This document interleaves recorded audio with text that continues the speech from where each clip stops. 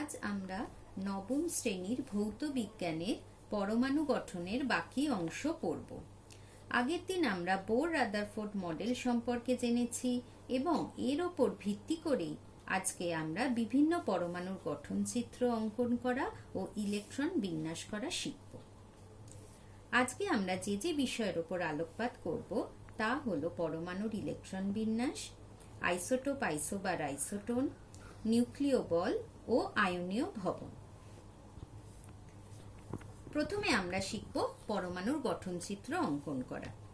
তোমরা চার্টে দেখো, অক্সিজেন পরমাণু হচ্ছে আমাদের প্রথম পরমাণু। এই অক্সিজেন পরমাণুর ভর সংখ্যা হচ্ছে 16 এবং পারমাণবিক সংখ্যা হচ্ছে 8। আমরা জানি পারমাণবিক সংখ্যা হচ্ছে প্রোটন সংখ্যা, সুতরাং এই অক্সিজেন পরমাণুতে কটি প্রোটন আছে? 8টি প্রোটন। এবং যেহেতু পরমাণু নিস্তড়িত, সুতরাং পরমাণুতে যে কটি প্রোটন থাকবে সে কটি ইলেকট্রন থাকবে, সুতরাং অক্সিজেন পরমাণুতে ইলেকট্রনের সংখ্যাও হবে 8। আর নিউট্রন সংখ্যা আমরা কিভাবে বার করব? ভর সংখ্যা থেকে যদি আমরা পারমাণবিক সংখ্যা অর্থাৎ প্রোটন সংখ্যা বাদ দিই তাহলে আমরা পাই নিউট্রন সংখ্যা।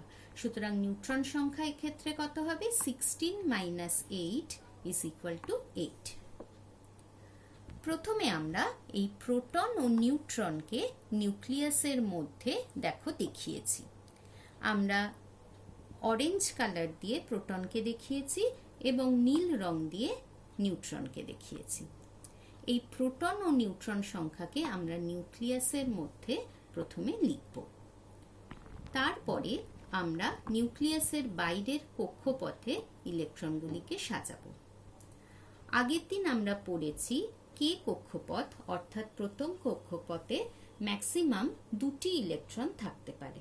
সুতরাং কে কক্ষপথে আমরা 2টি ইলেকট্রনকে বসিয়েছি।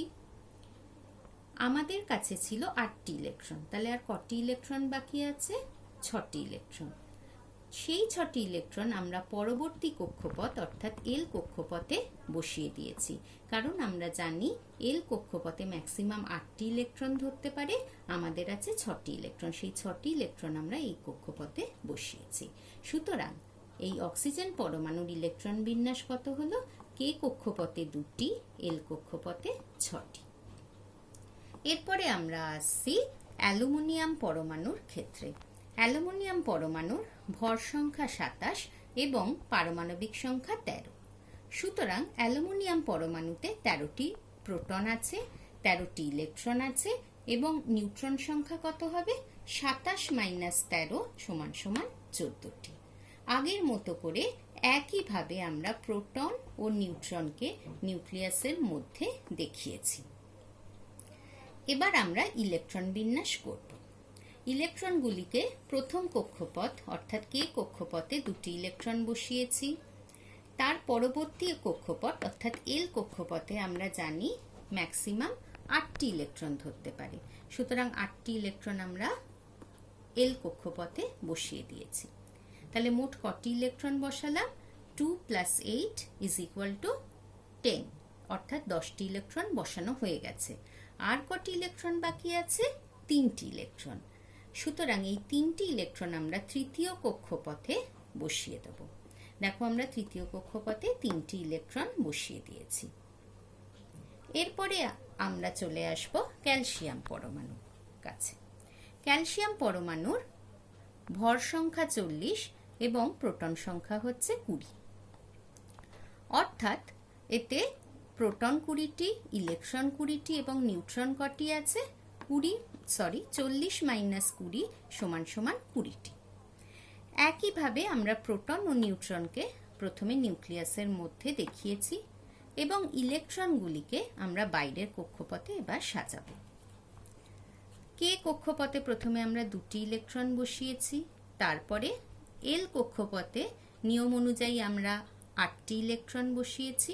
তাহলে মোট কটি ইলেকট্রন বসালাম আমরা? 10টি ইলেকট্রন। আর কটি ইলেকট্রন বসাতে আমাদের বাকি আছে? 20 - 10 = 10টি ইলেকট্রন। আমরা জানি নিয়ম অনুযায়ী আমরা তৃতীয় কক্ষপথ অর্থাৎ কে এল এম কক্ষপথে আমরা কিন্তু ম্যাক্সিমাম 18টি ইলেকট্রন বসাতে পারি। আর আমাদের বাকি আছে হচ্ছে 10টি। সুতরাং আমরা এই তৃতীয় কক্ষপথে 10টি ইলেকট্রন বসিয়ে দিতে পারি। কিন্তু আমরা আগের দিন আরও একটি নিয়ম পড়েছিলাম যে শেষ কক্ষপথে, সর্বশেষ কক্ষপথে ম্যাক্সিমাম 8টির বেশি আমরা ইলেকট্রন বসাতে পারি না। সুতরাং এক্ষেত্রে আমরা তৃতীয় কক্ষপথে কিন্তু 10টি ইলেকট্রন বসাবো না। এই ইলেকট্রন সংখ্যাকে আমরা ভেঙে নিচ্ছি, নিয়ে আমরা তৃতীয় কক্ষপথে 8টি ইলেকট্রন বসাচ্ছি এবং তার পরবর্তী কক্ষপথে অর্থাৎ চতুর্থ কক্ষপথে আমরা 2টি ইলেকট্রন বসাচ্ছি। সুতরাং ক্যালসিয়াম পরমাণুর ইলেকট্রন বিন্যাস হল 2,8,8,2। সুতরাং এতক্ষণ আমরা বিভিন্ন পরমাণুর ইলেকট্রন বিন্যাস দেখলাম। কিন্তু অনেক সময় প্রশ্ন আসে আয়নের ইলেকট্রন বিন্যাস কিভাবে করতে হবে।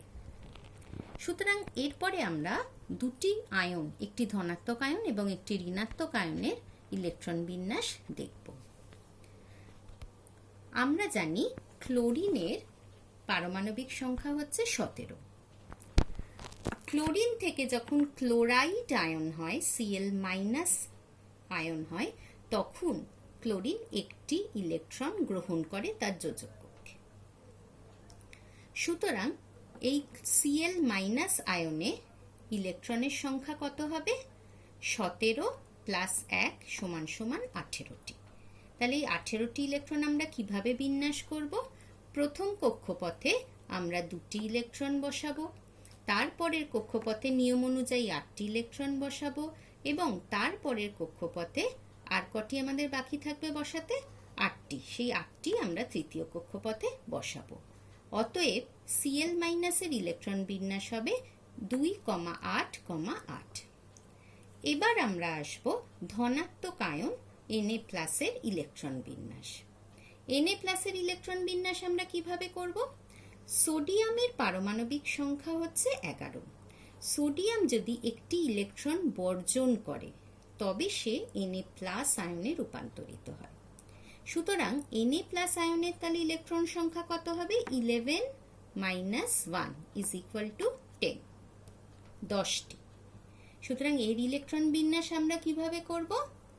প্রথম কক্ষে থাকবে 2টি এবং তার পরের কক্ষে থাকবে 8টি। সুতরাং আমরা দেখলাম এই আয়নগুলির শেষ কক্ষপথে প্রত্যেকেরই 8টি করে ইলেকট্রন আছে এবং আমরা জানি প্রত্যেকটি নিষ্ক্রিয় গ্যাসেরই শেষ কক্ষপথে 8টি করে ইলেকট্রন থাকে হিলিয়াম ছাড়া। এবং আমরা জানি যেহেতু নিষ্ক্রিয় গ্যাসের শেষ কক্ষপথে 8টি করে ইলেকট্রন থাকে হিলিয়াম ছাড়া, সেই জন্যেই সমস্ত নিষ্ক্রিয় গ্যাস কিন্তু স্টেবল, সুস্থিত হয়। সুতরাং এর থেকে আমরা বুঝতে পারছি যে পরমাণু অপেক্ষা আয়নরাই বেশি সুস্থিত। কেন না? আয়নের সর্বশেষ কক্ষপথে কিন্তু 8টি করে ইলেকট্রন অবস্থিত থাকে। এরপরে আমরা আসব দ্বিতীয় টপিক অর্থাৎ আইসোটোপ, আইসোটোন, আইসোবারে। প্রথমে আমরা জানবো আইসোটোপের কথা। একই পারমাণবিক সংখ্যা ও ভিন্ন ভর সংখ্যা বিশিষ্ট পরমাণুগুলিকে বলা হয় আইসোটোপ। সুতরাং যেহেতু এদের পারমাণবিক সংখ্যা 1, সুতরাং বোঝাই যাচ্ছে এগুলো একই মৌলের বিভিন্ন পরমাণু হবে। আমরা উদাহরণে আসি। ধরি হাইড্রোজেন পরমাণু। হাইড্রোজেন পরমাণুর 3টি আইসোটোপ হয়। প্রথমটির নাম হচ্ছে প্রোটিয়াম বা সাধারণ হাইড্রোজেন, তার পরেরটির নাম হচ্ছে ভারী হাইড্রোজেন বা ডয়টোরিয়াম, তারপরের নাম হচ্ছে ট্রিটিয়াম। যেটি প্রোটিয়াম বা সাধারণ হাইড্রোজেন তার সংকেত হচ্ছে H11। সুতরাং এতে একটি প্রোটন ও একটি ইলেকট্রন থাকে, কোনো নিউট্রন থাকে না। ডয়টোরিয়ামে আমরা দেখতে পাচ্ছি একটি প্রোটন এবং একটি নিউট্রন থাকে এবং একটি ইলেকট্রন থাকে। আর ট্রিটিয়ামে একটি প্রোটন, 2টি নিউট্রন ও একটি ইলেকট্রন থাকে। সুতরাং এর থেকেই আমরা দেখতে পাচ্ছি প্রত্যেকেরই প্রোটন সংখ্যা সমান, যেহেতু এরা একই মৌলের পরমাণু, এবং এদের নিউট্রন সংখ্যা প্রোটিয়ামে 0টি, ডয়টোরিয়ামে 1টি এবং ট্রিটিয়ামে 2টি। এর থেকে আমরা বুঝতে পারি যে নিউট্রন সংখ্যার পার্থক্যের জন্যই কিন্তু আইসোটোপ তৈরি হয়। এরপরে আসছি আমরা কার্বনের আইসোটোপ। কার্বনের তিনটে আইসোটোপ হয়, একটি হলো C12, C13 ও C14। এর মধ্যে C14 হচ্ছে তেজস্ক্রিয় আইসোটোপ। আমরা যেই দেখলাম নিউট্রন সংখ্যার পার্থক্য হচ্ছে আইসোটোপে, কিন্তু প্রোটন সংখ্যা এক থাকছে। যেহেতু আমরা জানি প্রোটন সংখ্যাই হলো পরমাণুর স্বকীয় ধর্ম, সুতরাং যেহেতু প্রোটন সংখ্যা একই থাকে, সেই জন্য এই আইসোটোপগুলি কিন্তু রাসায়নিক ধর্ম মোটামুটি একই হয়, কিন্তু এদের ভৌত ধর্ম কিছু পার্থক্য আমরা লক্ষ্য করতে পারি।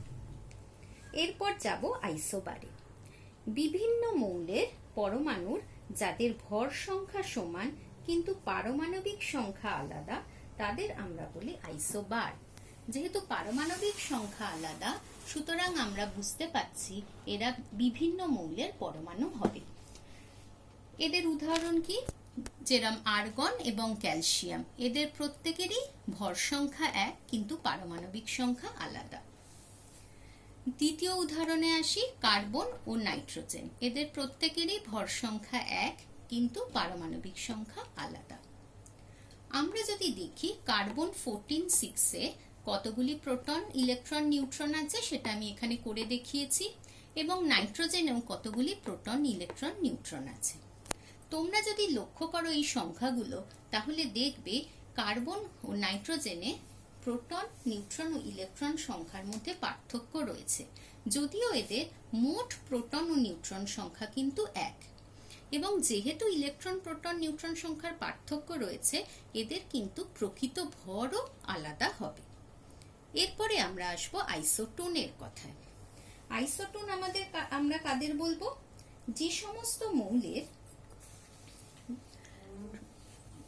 নিউট্রন সংখ্যা এক, তাদের আমরা বলছি আইসোটোন।